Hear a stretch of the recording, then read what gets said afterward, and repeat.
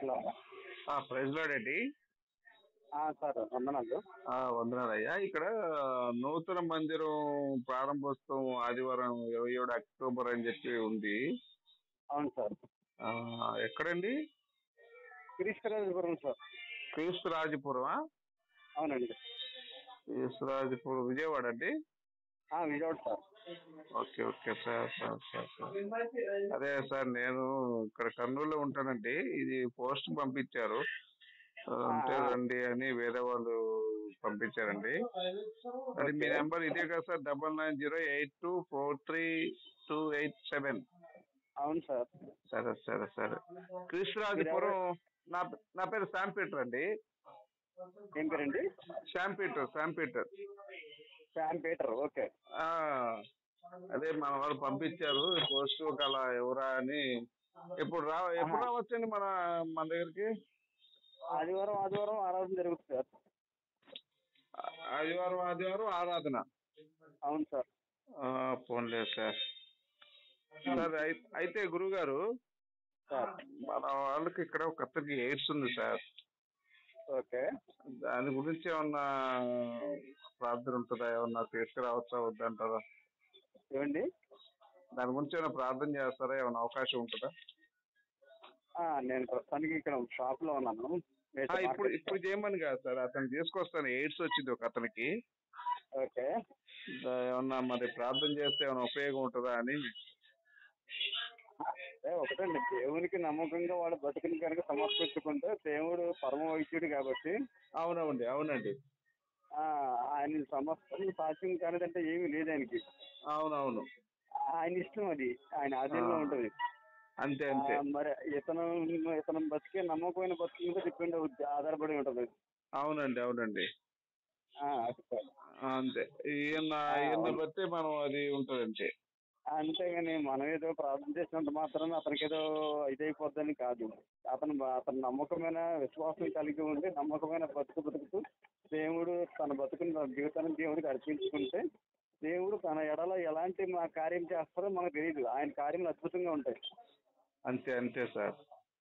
అంతే కదండి. ఇప్పుడు వాస్తవంగా చెప్పాలంటే విజయవాడలో చాలా పెద్ద కార్యం జరుగుతుంది సార్.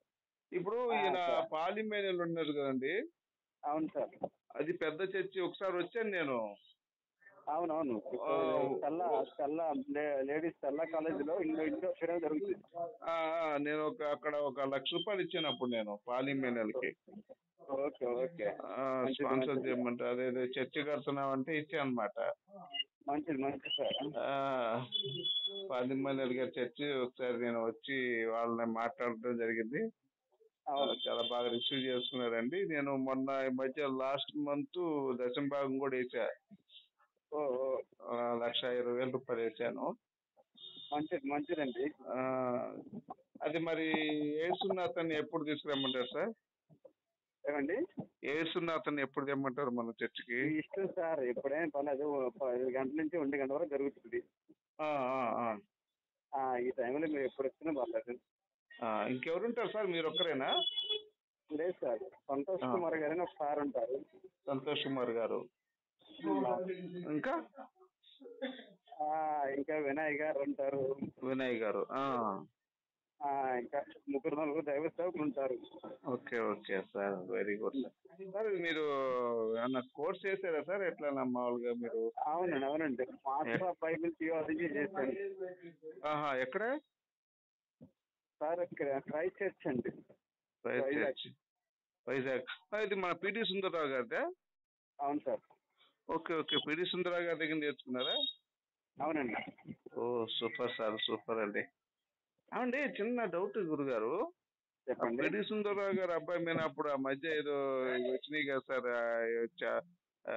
కాలేజీకి వచ్చే అమ్మాయిల్ని ఆయన సెక్సువల్ గా అబ్యూజ్ చేస్తున్నాడని చెప్పి అప్పుడు కేసు పడింది.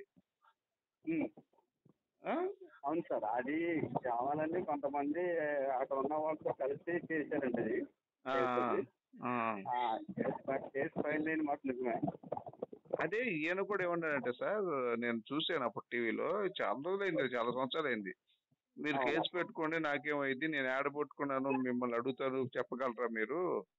నేను ఉమ్, ఉమ్, ఏడకోకానో నేను మిమ్మల్ని అడుగుతారు చెప్పగలరా? ఉమ్. అంత సిగ్గు విడిచి చెప్పగలరా? చెప్పుకోండి, పెట్టుకోండి కేసు ఏం పెట్టుకుంటారో. ఆ అవును. రోజున నాతో అవసరం ఉండి నాతో పడుకున్నారు మీరు. ఈ రోజున కేసు అట్లా పెడితే ఎలా సార్ జరుగుతుంది సార్ అన్నారు. సార్ సార్ అట్లా అనలేదండి. నేను కేసు వీడియో పెట్టి ఏమండి నాతో మీరు అట్లా అనలేదు. సార్ ఇప్పుడు అది ఎందుకు వచ్చింది సార్ ఇది? ఆ అదే మీరంటే నాకు అలా అనిపించిందండి. నేను సార్ ఇక్కడ విజయప్రసాద్ రెడ్డి గారు ఉన్నారు కదా, అవును. ఆయన దగ్గర నేను కొంచెం బైబిల్ నేర్చుకున్నా. మంచిది. అదే సార్. బైబిల్ నేర్చుకున్నారు, బైబిల్ ప్రకటించండి. అదే సార్. అదే అంటే ఎవరైనా ఆ, దేవుడు ఒక మాట, ఎవరైనా దేవుని వాక్యం నేర్చుకుని ఆ వాక్యాన్ని ప్రకటిస్తే దాని వల్ల చిన్న సార్ వ్యక్తి వల్ల రక్షణ వచ్చి తనేంటో దాన్ని గ్రహించి మారు మనసు పొందితే దాని దగ్గర ప్రతిఫలం మనకు వస్తుంది. మీకైనా, నాకైనా, ఎవరికైనా. ఖచ్చితంగా భూమి మీద సార్. ఉన్న ప్రతి సేవకుడు చేయాల్సిన పని అది. అంతే సార్. ఆ, దాంట్లో వాస్తవం అవాస్తవం మీకు తెలియదు, నాకు తెలియదు. లేదు ఆయన అన్నారు కాబట్టి నేను అంటున్నాను సార్. నాకు మాత్రం ఏం తెలుసు చెప్పండి. ఇప్పుడు ఆయన ఇప్పుడు వీడియో పెట్టేటప్పుడు అప్పుడు యూట్యూబ్ అవి లేవు, టీవీలో వచ్చినప్పుడు. సార్ ఒక మాట, మీరు వాక్యం చెప్తారా? చెప్పండి, నేను ఉంటాను. అయితే సార్, అయితే చిన్న విషయం సార్ వాక్యంలోనే. ఇప్పుడు యెహోవా దేవుడు ఏం చెప్తాడంటే ద్వితీయోపదేశకాండం 24 అధ్యాయం 32 మళ్ళీ 53, 54లో ఆయన ఏమంటారంటే, నన్ను నమ్మపోతే నాశనం చేస్తా, నువ్వు పెళ్లి చేసుకుంటావు గాని నీ భార్యని వేరే వాడితో సంసారం చేయిస్తా, నీ కుమారుడు యొక్క మాంసము నీ కుమార్తెల యొక్క మాంసము నీతో తినిపిస్తా అంటాడు సార్. అవును. అది సార్. అది ఎట్లా, అది ఇంకొకటి ఏంటంటే ద్వితీయోపదేశకాండం 28 అధ్యాయం 56 నుంచి 62లో చూసుకుంటే మనం, తనకు పుట్టబోయే పిల్లలను మావితో రహస్యంగా భర్తకు తెలియకుండానే తినిపించే పరిస్థితి తీసుకొస్తానంటాడండి. అవును. అలాగే మీకు అది ఖచ్చితంగా దేవుడి ఎడల అలాంటి కార్యాలు ఎవరైతే చేస్తారో అది దైవ నిర్ణయంలో ఉంటదండి. అది అలా దాని దేవుడు ఖచ్చితంగా చేయిస్తాడు. ఖచ్చితంగా చేయిస్తాడు. దాంట్లో సందేహం ఏముందండి? సార్ అంటే ఇప్పుడు ఒకటి పిల్లల్ని ఇంకో దగ్గర పెట్టడం, వాళ్ళ పిల్లల్ని వాళ్ళతో తినిపెట్టడం అనేది అది ముమ్మాటికి తప్పేనండి. ఆ ప్రకారంగా అయితే దాని విషయంలో దేవుడు తన నిర్ణయం ఏదో ఉంటది, తన నిర్ణయం ప్రకారం దేవుడు అతనికి ఆ సాక్షి వేస్తాడు. అది ఖచ్చితంగా జరుగుద్ది. అయితే ఇంకొకటి ఆమోసు 7 అధ్యాయం 20 నుంచి 26లో ఉంటుంది సార్. అక్కడ దోచుకున్న సొమ్ముని కొంత ఇవ్వకుండా దాచుకుంటారు. అక్కడ నువ్వు దాచుకున్నావు అని చెప్పేసి రాళ్ళతో కొట్టి చంపేస్తాడు యెహోవా దేవుడు. అంటే నువ్వు దోచుకొచ్చింది నాకు ఇవ్వాల్సిందే, నువ్వు ఇవ్వకుండా దాచుకుంటావు అని చెప్పేసి కొట్టి రాళ్ళతో కొట్టి చంపించేస్తాడండి యెహోవా దేవుడు. అవును. ఇప్పుడు దోచుకుంటాం కూడా తప్పే కదా. ఇప్పుడు దోచుకుంటూ తప్పైనప్పుడు దోచుకున్నది దాచుకున్నందుకు ఎందుకు చంపాలి సార్? ఏమండి ఒక మాట, దోచుకోవడం రైట్ అంటారా? దేవుడు సపోర్ట్ చేస్తారు. ఒకనాడు యుద్ధాలు జరుగుతున్న టైంలో ఆ రాజు మీద యుద్ధం చేయించినప్పుడు అక్కడ ఉన్న సొమ్ముని కొల్లగొడతారు. అది అది అది గత కాలంలో జరిగింది. కానీ ఇప్పుడు ఏ మనిషి అయినా సరే ఎదురు వ్యక్తిని దోచుకుంటాం తప్పే ఈ కాలంలో.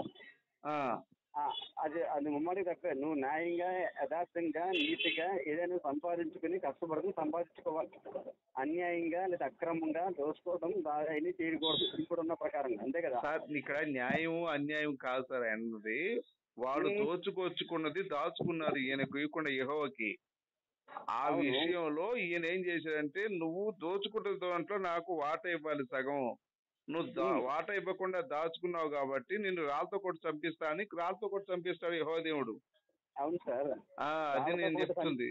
రాళ్లతో కొట్టి చంపించడము పాత మోషే ధర్మశాస్త్ర ప్రకారంగా రాళ్లతో కొట్టి చంపించే ఆజ్ఞ ఉంది. అప్పుడు మోషే కాదు సార్, యెహోవా దేవుడు చంపించాడు. అదేంటి సార్, యెహోవా దేవుడే చంపించాడు. అప్పుడు రాళ్లతో కొట్టే అది ఉంది, ఆ ఆజ్ఞ అమల్లో ఉంది. వ్యభిచారం చేసినా రాళ్లతో కూడా చంపొచ్చు, అది ఆజ్ఞ ఉంది. అది అది మోషే ధర్మశాస్త్ర ప్రకారంగా విధిరూపకమైన ఆజ్ఞలు అదొకటి ఆజ్ఞది. అంతే కదా, అలా చంపడం న్యాయమేనంటారా? అప్పుడున్న ధర్మశాస్త్రం ప్రకారం న్యాయమే. అలాగే ఇంకోటి సార్, యెహెజ్కేలు 9 అధ్యాయము 5 నుంచి 8లో ఉంటది. చిన్నలనేమి పెద్దలనేమి ముసలి వాళ్ళనేమి పసిపిల్లలనేమి కన్ని పిల్లలనేమి అందరిని కత్తివాటమున హతము చేయండి, అందరిని నాశనం చేయండి అని చెప్పి ఆయన వేరే వాళ్ళని చంపేయమంటాడు యెహోవా దేవుడు. అవును సార్.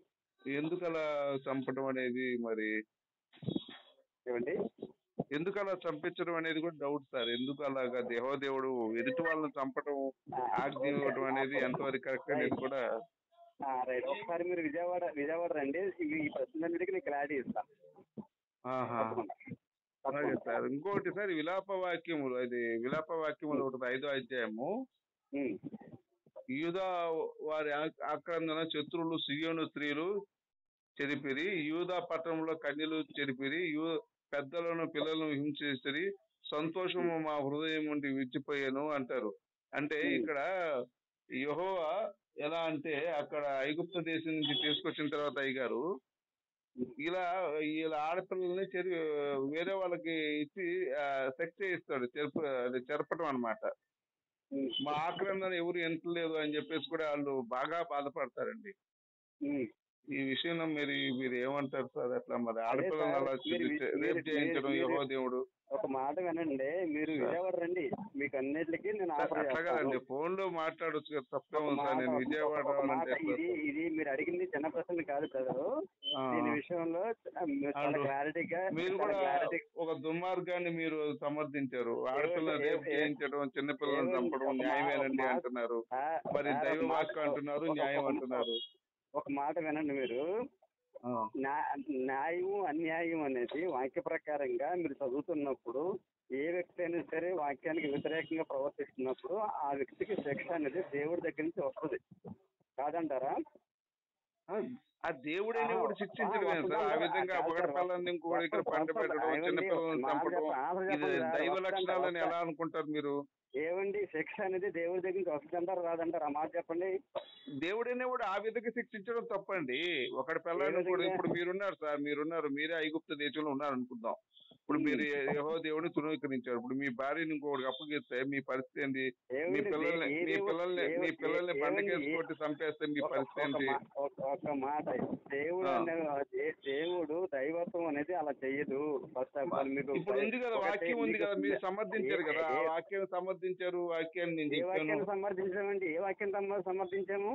మీరే అన్నారు కదండి, ఒకటి పిల్లలను కూడా ఒక్కరు పండు పెట్టడం అదేం పర్వాలేదు, ఇబ్బంది ఏం లేదు, చేయొచ్చు అన్నారు అని అనలేదు. మీరు దాన్ని వక్రీకరిస్తున్నారు. మీరు అట్లా వక్రీకరిస్తారండి. ఇప్పుడు చెప్పే కదండి, ఏస్కేల్ 5వ అధ్యాయంలో 10-17 తండ్రులు తమ పిల్లలను తినేటట్టు, కొడుకులు తమ తండ్రులను తినేటట్టు చేస్తానంటాడు ఆయన. మీరు అన్ని క్లారిటీగా నేర్చుకోవాలంటే రండి, నేర్పిస్తాను. అదే సార్,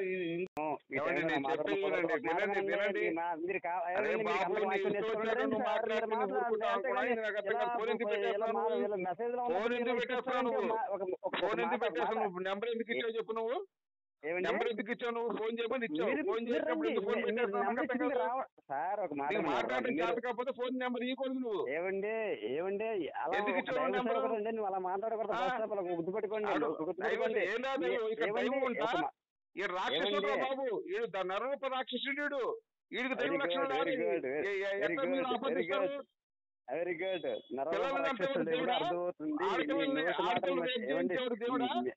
మీరు నోటి మాట ప్రకారం మీరు ఎలా దేవుడు అంటావు నువ్వు చెప్పు? నువ్వు సార్ ఒక మాట వినండి సార్, మీరు నిజంగా తెలుసుకోండి. నేను ఒక వాక్యం అడిగితే చెప్పు. ఇప్పుడు ఫోన్ చేయండి. మీరు మాటలని వక్రీకరిస్తున్నారు. మీరు మాటలు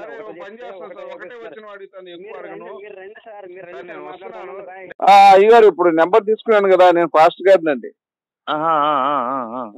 అది సార్, అది సార్ ఫోన్ చేశారా? ఓకే. ఈ నెంబర్ కి మీరు పెట్టగలరా? వాళ్ళని అడగాలి సార్, వాళ్ళని అడిగితేనే కానీ పెట్టండి. మాట్లాడి తెలియజేస్తామంటారా? మరి మాట్లాడాలి కదండి. వాళ్ళందరినీ ఇచ్చామనుకోండి, నా నెంబర్ మిమ్మల్ని ఎవడమ్మన్నాడు అన్నాడు అనుకోండి, నేనేం చెప్పడానికి ఉండదు. కాదు మనం ఏంటంటే మన పాస్టర్ల భవిష్యత్తు కోసమే కదా మనం చేసేది. అదేనండి, ఇప్పుడు మంచి చేసినా ఏం చేసినా వాళ్ళను మరి ఇష్టం కాదు కదండి వాళ్ళ నెంబర్ ఇవ్వడం. అంతేగా. ఓకే సార్, అడిగి అప్పుడు చెప్తాను. ఇప్పుడు అలా కాదండి, ఇప్పుడు మనం ఈ గవర్నమెంట్ నుంచి ఒక 40,000-50,000 నేను రాద్దాం అనుకుంటున్నాను ప్రతి ఫాస్టర్ కి. అది ఎట్లా అంటారు మరి? ఎట్లా అంటారంటే ఏం చెప్తాం సార్, గవర్నమెంట్ ఒక లాగలేదు. ఆ, ఏమో మీరు 40,000 ఇమ్మంటున్నారు, ఉమ్, 40,000 ఇస్తాం. ఇప్పుడు చర్చిలో కూడా 40,000, 50,000, ₹1,00,000 వచ్చి చర్చిలు కూడా ఉన్నాయండి. ఆ, అప్పుడు వాళ్ళు లక్ష మీద వచ్చి అన్ని అడాప్ట్ చేసుకుంటారు. ఏం చేయగలను అప్పుడు? ఆ, ఇప్పుడు ఓకే. పెద్ద పెద్ద చర్చిలు కూడా ఉంటాయండి. నిడదవల్లో 2-3 లక్షలు వచ్చే చర్చిలు ఉన్నాయి. ఆ, అప్పుడు ఇబ్బంది కదండి మరి. అట్లా అంటారా? అవునండి, నా ఆలోచన అది. ఉమ్, ఉమ్, మీరు అడాప్ట్ చేయండి. మీరు 50,000, 40,000 తీసుకున్నారు కాబట్టి ఆ, మీ కుటుంబ పోషణకు 40,000 సరిపోద్ది. ఉమ్, ఉమ్. అప్పుడు ఒక పని చేద్దామండి. అయ్యా. మనం 80,000 రాస్తాము ఒక్కొక్క పాస్టర్కి. ఉమ్. నెలకు 80,000 ఇవ్వాలండి. మధ్యలో క్రిస్మస్ కేమో మనం బోనస్ గా ఒక 2-3 లక్షలు, ఒక 2 లక్షలు రాద్దాం బోనస్.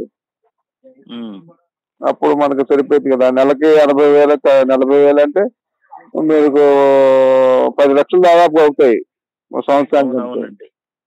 బోనస్ ఒక 2 లక్షలు అనుకుందాం, 12 లక్షలు వస్తాయి ఒక పాస్టర్కి నెలకి, సంవత్సరానికి.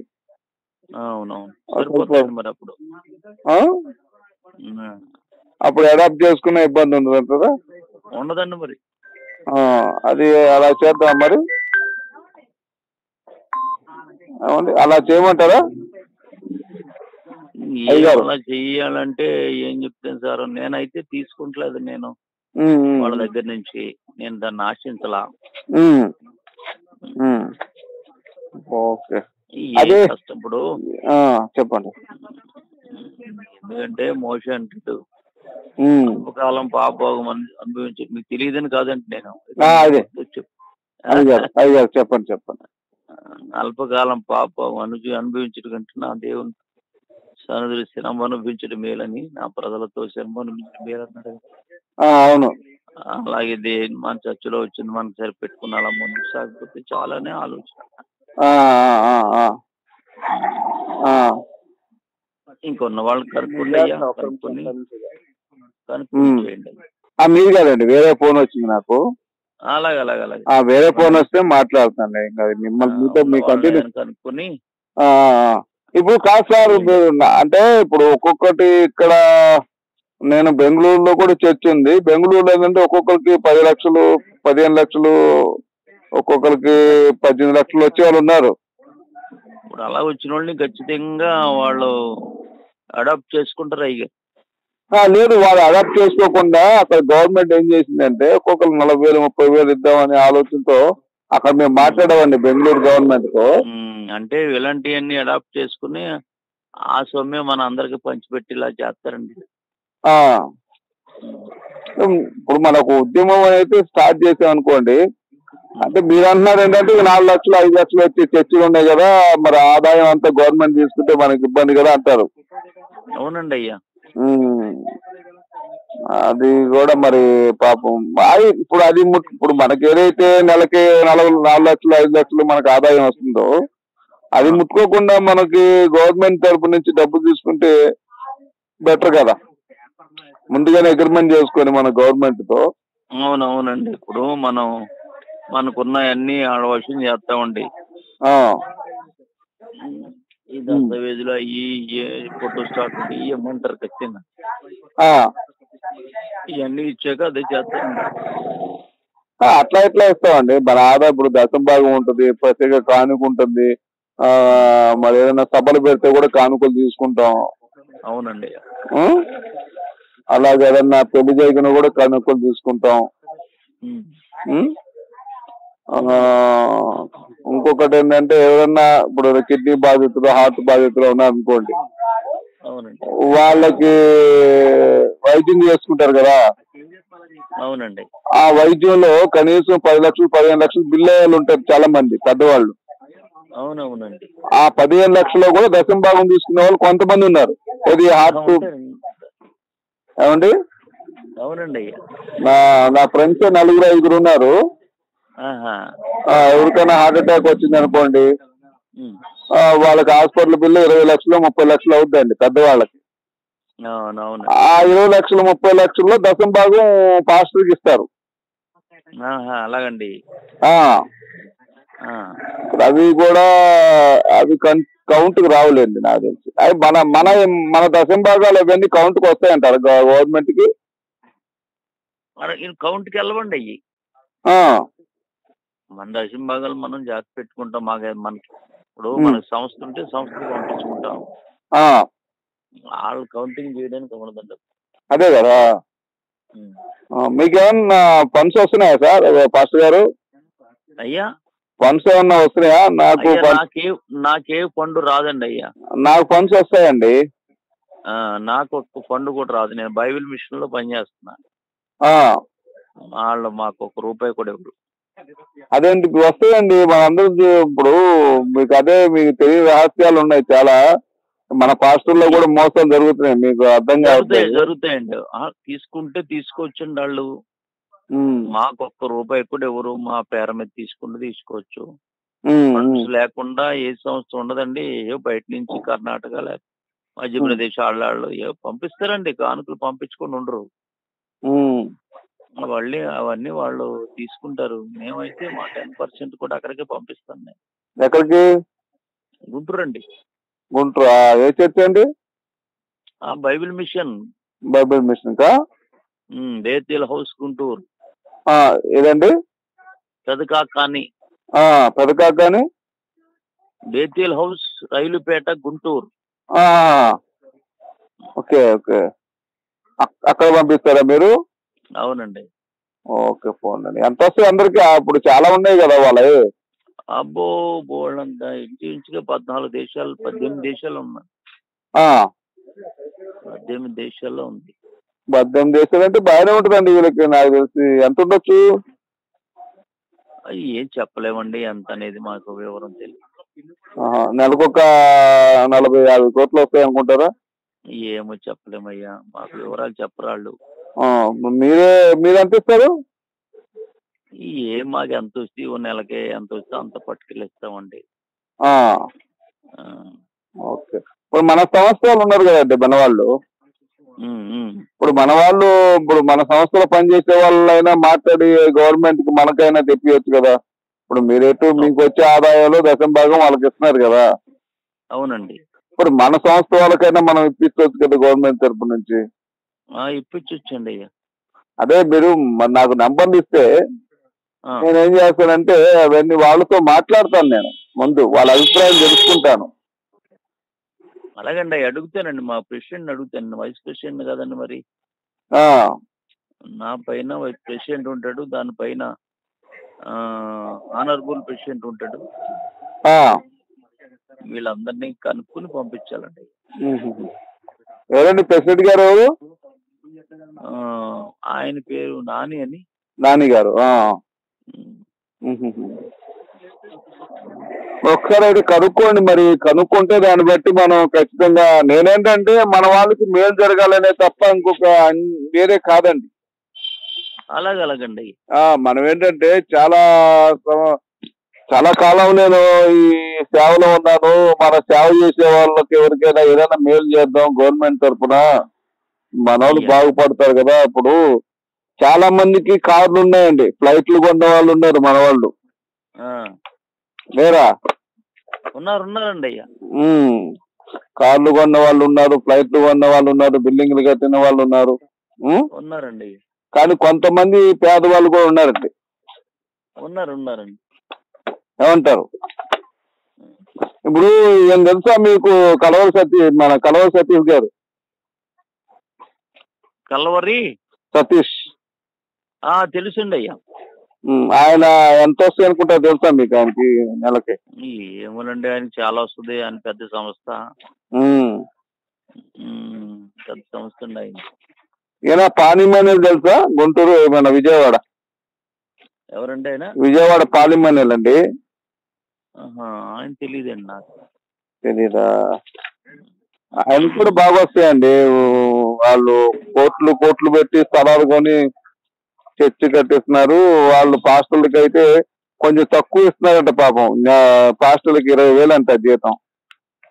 అంతేనండి. ఇప్పుడు ఎందుకంటే పెద్ద పెద్దోళ్ళు వాళ్ళ జోలికి మనం వెళ్ళలేమండి, వాళ్ళని అడగలేము.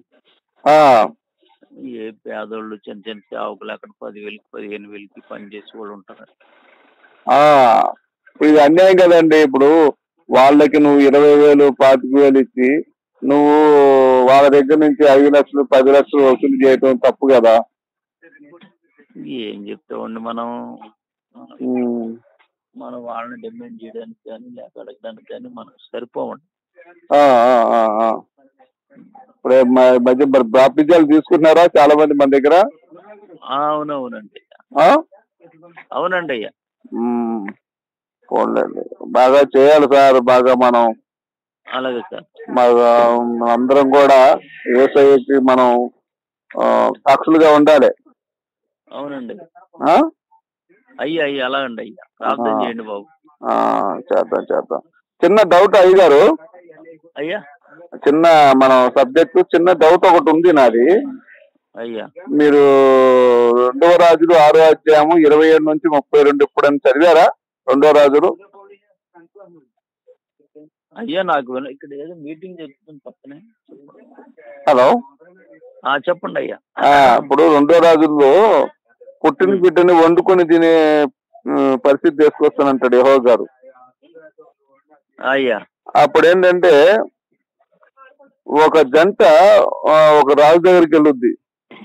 అయ్యా మా బిడ్డను వాళ్ళు వండుకొని తిన్నారండి, వాళ్ళ బిడ్డని ఇప్పుడు ఈ రోజు మేము వండుకొని తినాలి కానీ మాకు ఇవ్వట్లేదండి, దీనికి న్యాయం చెప్పండి అని చెప్పేసి వాళ్ళు అడుగుతారండి రాజుని. అడిగితే ఇప్పుడు ఆయన అంటాడు, అయ్యో ఈ దుష్కార్యం యెహోవా వలన కలిగినది, ఏలా నాకు చావు రాలేదని చెప్పి ఏడుస్తాడండి అయ్యారు. ఇది ఎట్లా అని ఒకసారి డౌట్ వస్తుందండి నాకు. మీకు ద్వితోపదేశకాండం 28వ అధ్యాయంలో ఉంటుంది, అది 24 నుంచి 32, 53 నుంచి 54లో ఉంటది. యెహోవా దేవుడు ఏమంటాడంటే, నన్ను నమ్మకపోతే నాశనం చేస్తా, నువ్వు పెళ్లి చేసుకుంటే నీ భార్యను వేరే వాళ్ళతో సంసారం చేస్తా, నీ కుమారుల మాంసము నీ కుమార్తెల మాంసము నీతో తినిపిస్తా అంటాడు యెహోవా దేవుడు. చదివారా? చదివాను కానీ అంత డీప్ లోకి వెళ్ళలేదంటే చూస్తాను సార్. అయ్యో, మళ్ళీ ఇంకోటి ద్వితోపదేశకాండం 28వ అధ్యాయం 56 నుంచి 62 అండి. తనకు పుట్టబోయే పిల్లలను మావిని రహస్యంగా భర్తకు తెలియకుండానే తానే తినే పరిస్థితి ఎలాంటిది యెహోవా దేవుడు. అదే ఇప్పుడు ఇక్కడ జరిగింది అనమాట. ఇక్కడ ఏం చెప్తాడంటే, మీరు ఎప్పుడైనా సబ్జెక్ట్ చూసుకోండి, మీరు చెప్పడానికి కూడా బాగుంటది. ద్వితోపదేశకాండం 28వ అధ్యాయము 56 నుంచి 62. తనకు పుట్టబోయే పిల్లలను మావిని రహస్యంగా భర్తకు తెలియకుండా తానే తినే పరిస్థితి తీసుకొస్తానంటే అండి యెహోవా దేవుడు. అదే 2వ రాజులు 6వ అధ్యాయము 27 నుంచి 32లో నెరవేరుద్ది. నెరవేర్పు అన్నమాట. ఇది పుట్టిన బిడ్డలను తినే పరిస్థితి తీసుకొస్తారు యెహోవా దేవుడు. మీరు ఎప్పుడైనా మీరు సబ్జెక్ట్ లో ఒకసారి చెప్పడానికి ఇలాంటి బాగా సబ్జెక్ట్ ఎవరు ముట్టుకోవట్లేదండి పెద్దగా. అవునవునండి, అవసరమైన మాట్లాడుకుంటున్నారండి ఆ సబ్జెక్ట్ వెళ్ళట్లా. మనం అంత సబ్జెక్ట్ తీయాలండి. ఇప్పుడు మీకు యెహోషువ 6వ అధ్యాయం 20 నుంచి 25 ఏమంటాడంటే యెహోవా దేవుడు, ఒక పట్టణంలో పురుషులను ఆడవాళ్ళను పిల్లలను గొర్రెలను బర్రెలను కత్తివాతమును హతము చేయుడి అంటాడు. అలాగండి అయ్యా, చదువుతానండి, చదివి మీకు కాల్ చేస్తారు. మీరే కులంకుశంగా చదివి మాకు చెప్పాలా?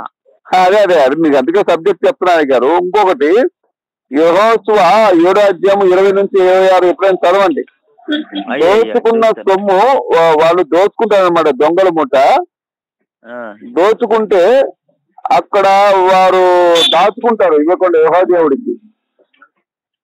అప్పుడు ఆయన ఏం చేస్తాడంటే రాళ్ళతో కూడా చంపించేస్తాడు యెహోవా దేవుడు.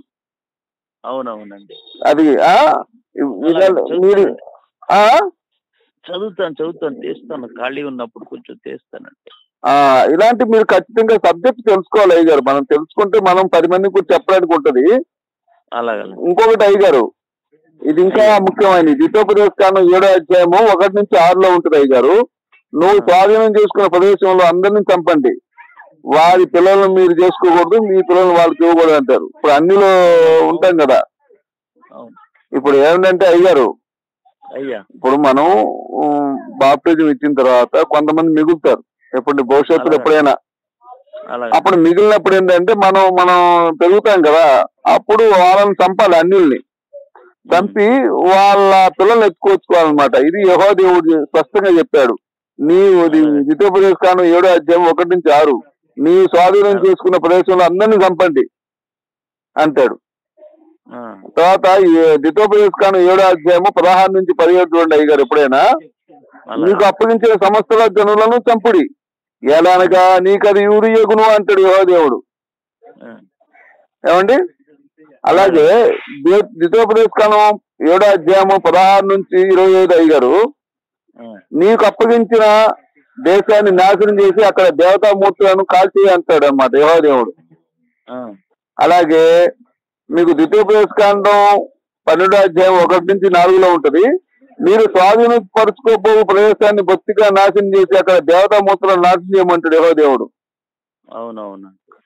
అలాగే మీకు మళ్ళీ చెప్తానండి, సబ్జెక్ట్ తెలియదు కదా. ద్వితోపదేశకాండం 13వ అధ్యాయం 6 నుంచి 10 అండి. నీ తల్లి గాని, అక్క గాని, అన్న గాని, చెల్లి గాని ఎవరైనా వేరే దేవుని పూజిస్తే వాళ్ళని రాళ్ళతో కొట్టి చంపమంటాడండి యెహోవా దేవుడు. ఇవన్నీ మనం తెలుసుకోవాలి, మనం చెప్పాలన్నమాట. ఇప్పుడు మనం సబ్జెక్ట్ ఎవరు చెప్పట్లేదండి. అలాగే ద్వితోపదేశకాండం 13వ అధ్యాయం అనుకుంటే అది 15 నుంచి 17 అండి.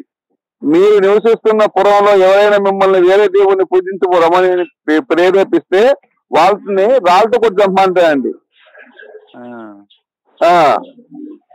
తర్వాత ద్వితోపదేశకాండం 20వ అధ్యాయము 13 నుంచి 18లో నీ దేవుడైన యెహోవా నీకు అప్పగించిన దానిలో పురుషులను చంపి ఆడవాళ్ళని పిల్లలని ఎత్తుకొచ్చుకోమంటాడు యెహోవా దేవుడు. అలాగే ద్వితోపదేశకాండం 21వ అధ్యాయం 18 నుంచి 23లో తల్లిదండ్రుల మాట వినకపోతే పిల్లలు రాళ్ళతో కొట్టి చంపాలంటాడండి యెహోవా దేవుడు. ఇది కూడా మనం అది చెప్పాలి. పిల్లలు ఎవరైనా తల్లిదండ్రుల మాట వినకపోతే వాళ్ళని చంపమని చెప్పి మనం కూడా చెప్పాలి ఎప్పుడైనా మన చర్చలో. అలాగే ఇంకొకటి సార్, నాకు చిన్న డౌట్ అండి. ద్వితోపదేశకాండం 22వ అధ్యాయము 13 నుంచి 23లో ఉంటది, ఒకనికి పెళ్ళి అయిన తర్వాత 3 రాత్రులు చేస్తాడండి. చేసిన తర్వాత వాడికి కన్నెపొర లేదని చెప్పి బ్లడ్ రాలేదని అనుమానం వస్తుంది. అప్పుడు ఏం చేయాలంటే ఆ అమ్మాయికి కన్నెత్త పరీక్షలు చేయాలండి అయ్యగారు. ఏంటంటే ఆ అమ్మాయి బట్టలు వేసుకుంటుంది కదా, లోదుస్తులు, అవి చూపించాలి, అక్కడ ఉన్న ప్రజలకు అందరికీ చూపించాలి. ఇదిగో నా కూతురికి కన్యత్వ లక్షణాలు ఉన్నాయి, ఇతను అబద్ధం చెప్తున్నాడు, ఇదిగో నా కూతురు లోదుస్తుల మీద మరకలు అని చెప్పి చూపించాలి. అవి ఉన్నాయనుకోండి ఇబ్బంది లేదు. అప్పుడు వాడికి 2 మేకలు అపరాధ రుసుము ఉంటుందండి అయ్యగారు. ఆ అమ్మాయికి పొరపాటున గాని ఏదైనా మరకలు లేదనుకోండి, ఆ అమ్మాయిని రాళ్ళతో కొట్టి చంపించాలి తల్లిదండ్రుల ముందే. ఇప్పుడు నాకు చిన్న డౌట్ ఏంటంటే, ఇప్పుడు కన్నెపొర అనేది అయ్యగారు చాలా స్మూత్ ఉంటుంది అనమాట, అది చాలా పలుచన. ఇప్పుడు నడుస్తేనేమో, లేదంటే పరిగెత్తేనో, లేదంటే ఏదన్నా ఆటలాడితేనో పోతుంది. ఇప్పుడు ఈ వచనం ద్వారా ఎంతమంది స్త్రీలు రాళ్ళతో కూడా చంపబడ్డారు. నేను నెట్ లో కూడా చూసాను అయ్యగారు. నెట్ లో ఆ అమ్మాయికి ముసుకేసి చంపేస్తున్నారు. ఏంటంటే ఆ అమ్మాయి వ్యభిచారం చేసిందని అట్లా అవి చెప్తా ఉన్నారు.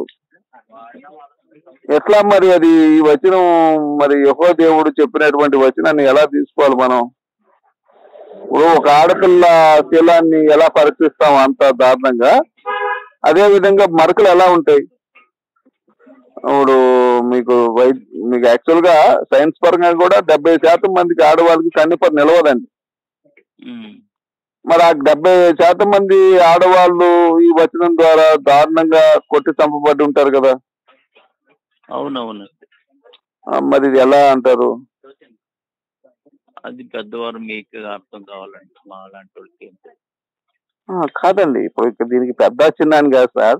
ఇప్పుడు మనకి ఆడబిడ్డలు ఉంటారు కదా, ఇప్పుడు మన కళ్ళుల్లో వస్తారు కదా, ఈ పరిస్థితి మనకు వస్తే మనం ఎలా రియాక్ట్ అవుతాం? ఉరేసుకొని రావడం తప్ప ఇంకొకటి ఏమైనా ఉంటుందా మనకి? అయ్యారు అయ్యయ్య అదే సార్, మరి ఎట్లా అంటారు ఇది? ఎట్లా అంటే ఏం చెప్తాను సార్ దీని గురించి మనం. ఆ,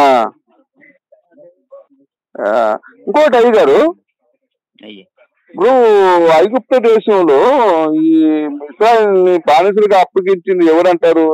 ఐగుప్త దేశానికి మోషేని పంపిస్తారు కదా, అవును. వాళ్ళు బానిసలుగా ఉన్నారు, వాళ్ళని విడిపించమని. మరి బానిసలుగా ఐగుప్త దేశానికి ప్రజలను అప్పగించింది ఎవరంటారు? అయ్యా ఇప్పుడు ఐగుప్త దేశం ఉంది కదా, ఉమ్, ఆ ఐగుప్త దేశానికి ఇశ్రాయేలుని బానిసలుగా అప్పగిస్తారు కదా, యెహోవా దేవుడే అప్పగించాడని అనుకుంటున్నాను నేను. ఎందుకంటే ఐగుప్త దేశంలో ఇశ్రాయేలు బానిసలుగా ఉంటారు కదండి. అవునవునండి. ఆ ఐగుప్త దేశంలో బానిసలుగా ఉన్న వాళ్ళని మోషే ద్వారా నడిపిస్తారు యెహోవా దేవుడు. అవును కదా? అవునండి. మరి అప్పగించింది ఎవరు అని మీరు అనుకుంటున్నారు? యెహోవా దేవుడు నడిపించాడు కదా వాళ్ళని కానాను దేశానికి. అప్పగించింది ఎవరు అని అనుకుంటారు మీరు? అసలు ఆ దేశానికి బానిసలుగా అప్పగించింది ఎవరు?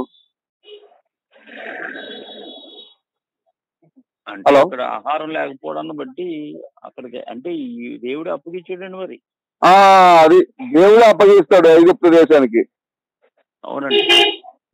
అది ఆయనే అప్పగించి వాళ్ళకి ఆ, దేవుడు అప్పగించి యోసేపు గురించి వాళ్ళు సత్యాన్ని తెలుసుకున్న తర్వాత మరలా ఆ, తీసుకొస్తారు కదండి. అప్పగించడం ఎందుకు? ఒక రాక్షసుడికి తమ పిల్లల్ని అప్పగించడం ఎందుకు? మళ్ళీ తేటం ఎందుకు? ఇది కొంచెం ఒకసారి ఇబ్బంది ఉంటది.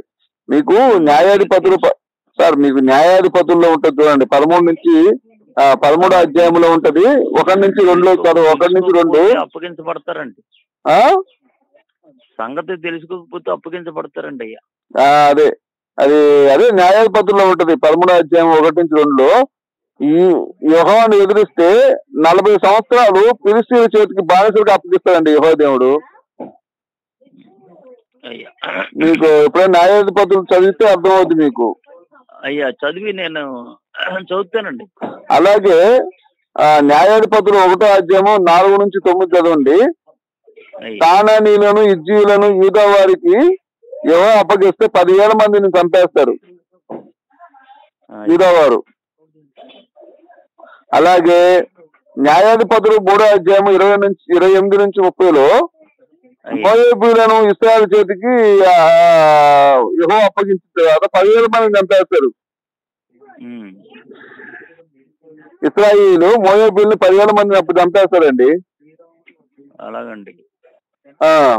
ఇప్పుడు ఇవన్నీ మీకు తెలుసా? నాకు తెలియదు సార్. అయ్యో, ఈ సబ్జెక్ట్ ఏం తెలీదా? ఈ సబ్జెక్ట్ లోకి నేను వెళ్ళలేదండి. అయ్యో, మరి ఎట్లా అండి? కొత్త నిబంధన మాత్రమే మేము. కొత్త నిబంధన మాత్రమేనా? పాత నిబంధన మీరు చదవలేదేమో. చదవట్లేదండి. అయ్యో, మరి పాత నిబంధన ఎందుకు చదవదండి? అసలు పనికిరాదంటారు అది? పనికి వస్తుందండి. చదువుతాను. చదవాలి. అది కూడా చదవాలా? ఇది వివరిస్తున్నాం రక్షణ గురించి మాత్రమే. అలాగే సార్, ఇప్పుడు మీకు సంఖ్యాకాండంలో ఉంటది, మీరు రెండవ రాకడ గురించి దీని గురించి వివరిస్తున్నామండి. అవునా? అదే సార్, సంఖ్యాకాండం 3వ అధ్యాయంలో ఉంటది 13 నుంచి మీరు ఎప్పుడైనా 16 చూడండి. లేవీయుల తులుచూడు బిడ్డకు నాకు బలిగా ఇమ్మంటాడు యెహోవా దేవుడు. అయ్యా మరి ఎట్లా? నేను మీతో మరోసారి మాట్లాడదాం అనుకుంటున్నాను అయ్యారు. ఇప్పుడు ప్రోగ్రామ్ లో వెళ్తున్నానండి ఇప్పుడు. అలాగే సార్, ఇప్పుడు యేసు 2వ రాకడ అంటున్నారు కదా. అయ్యా ఇప్పుడు ఒక్క నిమిషం అయ్యారు, యేసు వారు 2వ రాకడ ఎప్పుడు ఉంటుంది అని అనుకుంటున్నారు? ఈ 2వ రాకడ గురించి ఇప్పుడే అంటారు. ఇప్పుడే అనుకోవాలండి మనం. ఇప్పుడే అనుకోవాలా?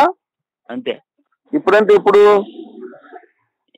ఈవేళ ఈరోజు అంతే. ఈవేళ అనుకున్న వాడే ఎత్తబడతాడండి అంతే.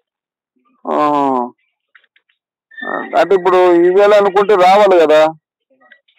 రావాలంటే మరి ఆయన ఈవేళ వచ్చేస్తాడని అనుకోవాలంటే అనుకోవాలంతే. ఆయన ఈవేళ అనుకుంటేనే మనం సిద్ధపడగలం. ఆ, ఆ, ఆ, ఆ. అబ్బా, అలాగనంటారా? ఇప్పుడు అయ్యగారు మీకు అయ్యా విలాప వాక్యములు 2వ అధ్యాయము 20 నుంచి అయ్యా 22 అండి. యెహోవాని నిలదీస్తారన్నమాట అక్కడ. జనులు తాకని పెంచవలసిన పసిపిల్లలను తామే బుద్ధి తగున యవ్వనస్తులు వృద్ధులు నేలపడి ఉన్నారు. నా కన్యలు యవ్వనస్తులు ఖడ్గం చేత కూలిది. నీ ఉగ్రత దినమున నీవు వారిని హతము చేసింది, దయచేలతక వధించితివి అంటారు. అంటే ఈ ఐగుప్తు దేశం నుంచి ఇశ్రాయేలు నడిపిస్తారు కదండి, అప్పుడు వీళ్ళు తిరగబడతారు అనమాట. విలాప వాక్యంలో ఉంటుంది అది 20 నుంచి 22లో. చంపేస్తాడు యెహోవా దేవుడు అందరినీ. అలాగండి. అలాగే విలాప వాక్యములు 3వ అధ్యాయం ఇది ఒకటి చూద్దామండి. 3వ అధ్యాయం చూడండి, 10 నుంచి 18 దాకా. యెహోవా ఉగ్రతను ఎవరును తప్పించుకోలేకపోయాను. నేను ఆయన అగ్రహం చేత బాధ అనుభవించిన నరుడును. ఆయన నా మాంసమును నరములను క్షమింపజేస్తున్నాడు. నా ఎముకలు ఆయన విరగొట్టుచున్నాడు. నేను ఎంత బతిమాలని మరపెట్టుకున్నాను, వినకుండా ఉన్నాడు అంటాడు ఆయన. అంటే ఇశ్రాయేలు అండి అయ్యగారు. అలా అండి. ఇప్పుడు నాకేం అర్థం కావట్లేదు సార్. ఇప్పుడు యెహోవా దేవుడు ఎవరిని రక్షించాడు కూడా అర్థం కావట్లేదు నాకు. ఎట్లా అంటారు, నాశనం చేయటమే ఎక్కువ ఉంది కానీ రక్షించడం చాలా తక్కువ అనమాట.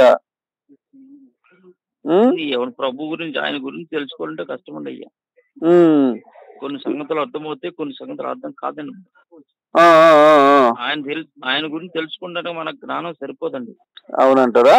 ఇప్పుడు యేసు వారు ప్రాణాలు పెట్టారని అనుకుంటారా మన పాపాలకి అయ్యారు? పెట్టారు కదండి, బైబిల్ చెప్తుంది కదా. ఇప్పుడు మీకు అట్లయితే మార్కు సువార్త 14వ అధ్యాయం 32-42 చూడండి. 32 నుంచి 40. ఒక్క నిమిషం అయ్యగారు. శిలువ మీద ఆయనకి చావడం ఇష్టం లేక దేవుని ప్రార్థిస్తాడు. దేవా, నీకు వీలైతే ఈ గిన్నె నా వద్ద నుండి తొలగించమని ఆయన ఏడ్చి ప్రార్థన చేస్తాడు. హలో అయ్యారు. అయ్యగారు ప్రెసిడెంట్ అండి, నేనండి రమేష్ బాబు అండి.